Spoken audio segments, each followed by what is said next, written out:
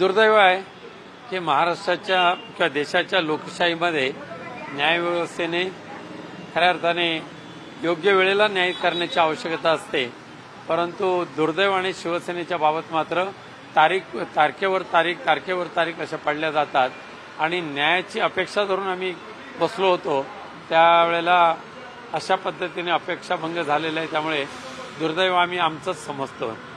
दुसरं आणखी आता सिंधुदुर्गामध्ये सगळे शहर विकास आघाडीत पॅनल तयार होत होतं, पण त्या पॅनलला उद्धव ठाकरेंनी होकार दिलाय की नकार दिलाय, नेमकं उद्धव ठाकरेंचं काय असं कळतंय की त्या ठिकाणच्या स्थानिक नेत्यांनी पटवून दिलं उद्धव ठाकरेंना।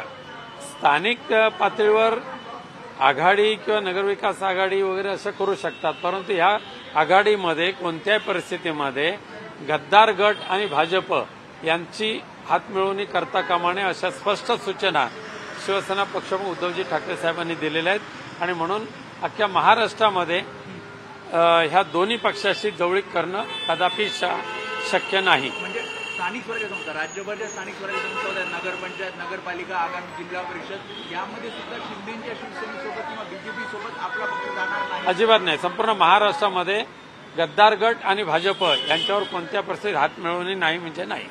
तुम्ही एका बाजूला असं म्हणताय, दुसऱ्या बाजूला राष्ट्रवादी दोन्ही गट काही स्थानिक स्वराज्य संस्थांच्या ज्या ठिकाणी एकत्र येतात आणि एकत्र निवडणुका लढवायचा त्यांनी निर्णय घेतला काही ठिकाणी। ठीक आहे, ही शिवसेना उद्धव बाळासाहेब ठाकरेंची शिवसेना आहे, त्यामुळे उद्धव साहेब जो निर्णय घेतात तोच आम्हाला शिरसावंत मान्य आहे। इतर काय नसतायत तिकडे आम्ही काय लक्ष देत नाही। एक शेवटचा प्रश्न फक्त, आता मुंबईमधलं आरक्षण काल जाहीर झालंय आणि मुंबईत आता इच्छुकांचे स्टेटस पडायला लागले, आता बऱ्याच ठिकाणी त्यामुळे बंडखोरी होण्याची शक्यता आहे किंवा आता ह्या अशा बंडखोरांना कसं रोखणार किंवा उमेदवारी कशी निश्चित होईल?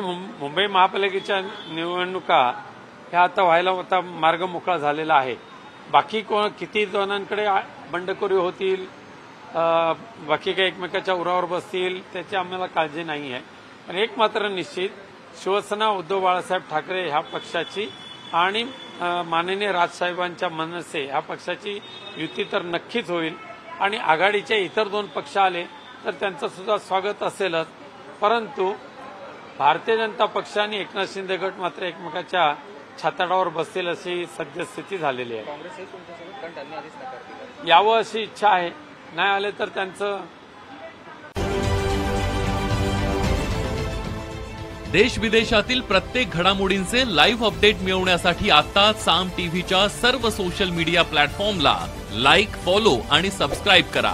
तसंच सर्व नोटिफिकेशनसाठी बेल आयकॉन प्रेस करायला विसरू नका।